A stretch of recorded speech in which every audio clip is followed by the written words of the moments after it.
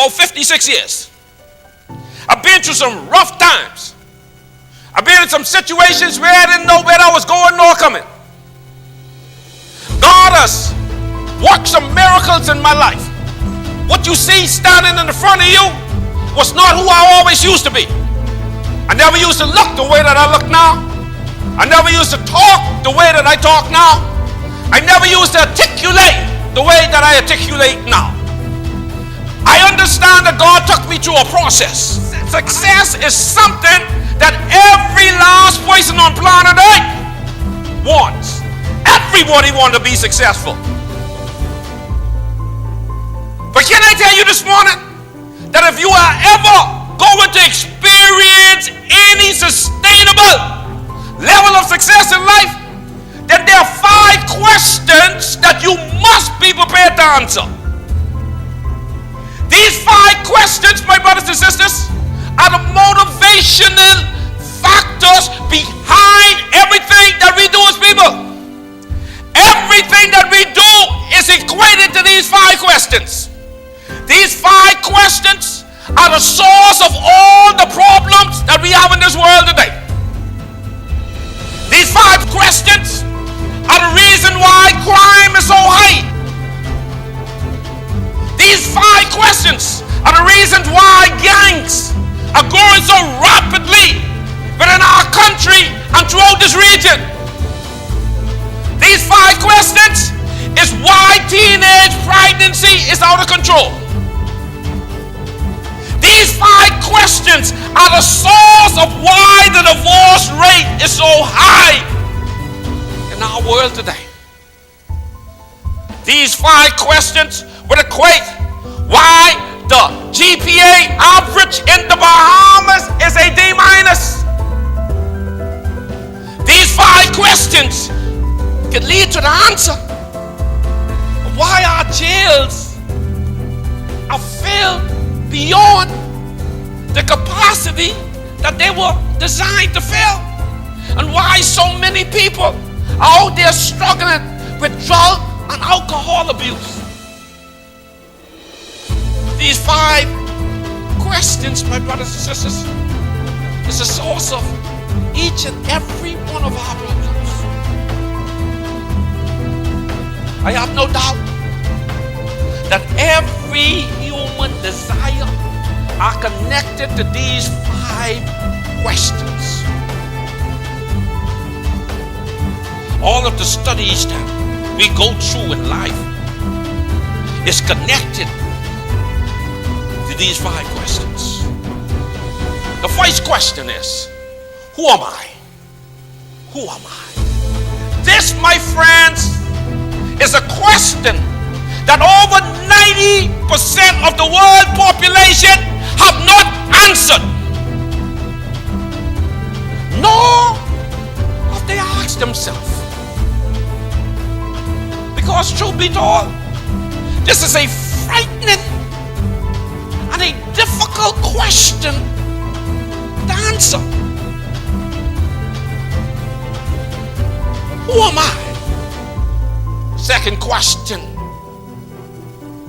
that we need to ask ourselves if we want to experience success in life is this: where am I from? Where am I from? 99% of the world's population have never attempted to find the answer to this question. Where am I from? The third question: why am I here? Why am I here? Why was I born? Why did Almighty God put me on planet Earth for such a time as this? Most of us have not given any thought, much less answer this question. Why am I here? Fourth question is, what can I do? What am I capable of? Over 90% of mankind have not been able to answer this question, my brothers and sisters. What can I do? The fifth question is this: where am I going? This, my brothers and sisters, is a question destiny. The first question, who am I, is a question of identity.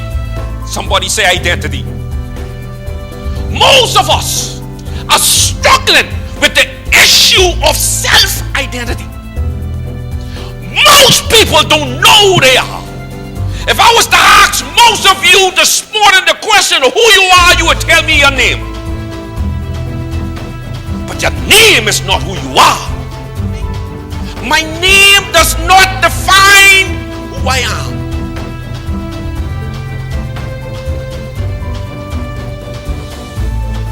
We have a struggle with this question. And this struggle, my brothers and sisters, have led us to the point that rather than answering this question or seeking to find out who we are, we resort to just wearing somebody else. When we wear Jordans or we wear Tommy, Polo or the likes, we are actually wearing other people.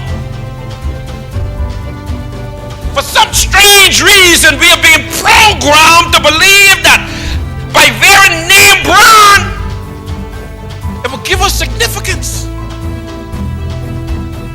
I was just like this. We're being programmed to believe that if we wear the right things, it gives us significance. But can I tell you this morning that whenever you feel the need to wear other people to feel important, it sends a clear message that you've not found yourself yet. You're at large is struggling and suffering because of the need to feel important. We believe that if we can look the part, we can become the part. This is why Weave is a multi-billion-dollar business today. Our sisters would rather make friends with Remy and Tommy than to find themselves.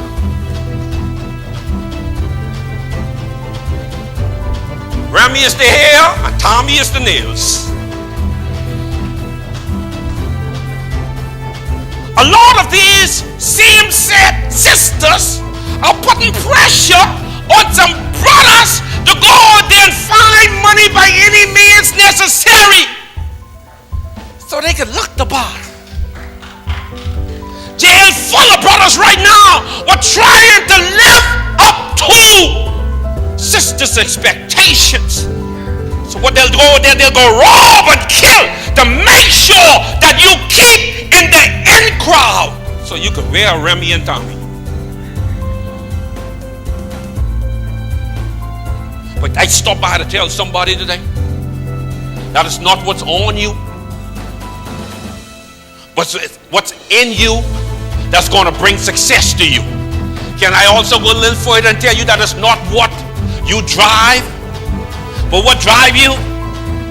Come on, man, we in a place, come on somebody, we're in a place in our country where people will go there and they'll hustle or borrow money what they don't have to buy a phone. $900 phone, another minute on it. That's the time that we're living in.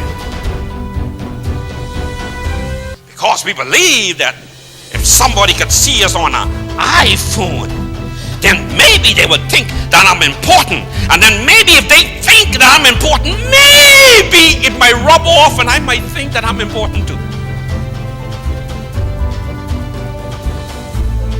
Now don't get me wrong. I'm not trying to say there's nothing wrong with having nice things because I like nice things. I ain't saying nothing wrong with wearing name brand stuff.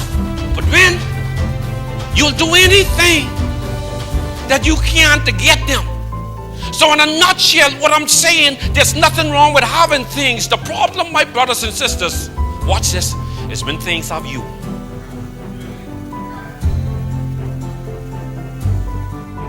So many people look like other people today. So many people lack self-identity, but they would rather wear other people's things rather than find their own identity. They'll wear somebody else's on. But can I tell you this morning that studies have shown that the fashion community was built and thrive on the lack of self-identity. Too much of us right now heighten up ourselves, causing ourselves to become sick trying to be somebody else. People diet and they won't eat, but don't conform to other people's expectations. If you're gonna go on a diet, do it for you. Don't do it for somebody else. If you're gonna put weave in your hair, do it for you. Do it for somebody else to like you. Second question: where am I from? This, my brothers and sisters, speak to heritage and source. This is very important. Most people don't know where they're from, so they're mixed up like conch salad. When you have black people bleaching their skin, binding up their scalps with lye,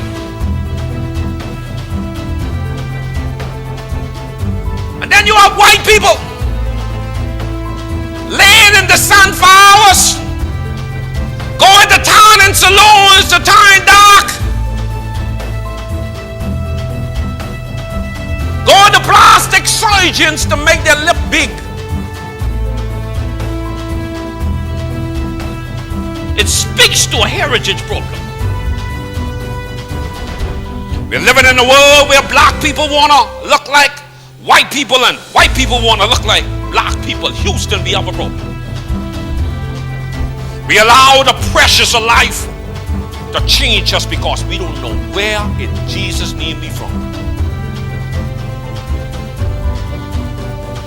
You don't know where you're from, you would never know who you are. Stop by to tell somebody. Until we make a conscious effort to teach our people that it's okay to be whatever color God created you to be. To look however God created you to look. Then we are going to be continually faced with a people having a need to be somebody that they're not. Our third question was, why am I here? This, my friends, is a question of purpose. If you don't know who you are, you don't know where you're from, and you would never know why you're here. Where purpose is not known, abuse is inevitable. When you don't know the purpose of a thing, you end up using it abnormally. Purpose, my brothers and sisters, is that thing that causes you to get up every morning. Purpose is that thing that keeps you going when everything else tells you to give up. The fourth question is, what can I do? This, my brothers and sisters, deals with potential. Potential means, what is your true power? The majority of us here and those that will be listening to this later are operating far below our abilities. Scientists have concluded that the average human being uses less than 7% of their brain. We're not thinkers because we rely on other people to tell us who we're supposed to be. Fifth question is, where am I going? This has a lot to do with vision. The Bible says without vision people perish. One translation says without vision people cast off restraint, which really means to run wild. That's what we get going on in our country today. When we think about the amount of young brothers getting shot down in our street, why? It's because not just that they don't have a vision, but what is the national vision for us as a people? Somebody in here or somebody watching this, please tell me, what is the national vision for this Bahamas? Where does this Bahamas see themselves being in the next 5 years and the next 10 years? Rather than us dividing this country to colors, the things what we like and what we believe, We ought to have some type of intelligence to bring some people, some visionaries to a table and come up with a vision for this country. Not every time a government change, that means the vision change. We should have a national vision. Whether it's PLP, FNM, or DNA that's in power, that vision continues. We are a country, a nation, a people without direction. Because most of us can't see further than the moment that we're in. The Kingdom Summit, realest place on the planet, on the planet. It's the Kingdom Summit, realest place on the planet, on the planet. It's the Kingdom Summit, realest place on the planet, on the planet. It's the Kingdom Summit, the realest place on the planet, on the planet. Yeah.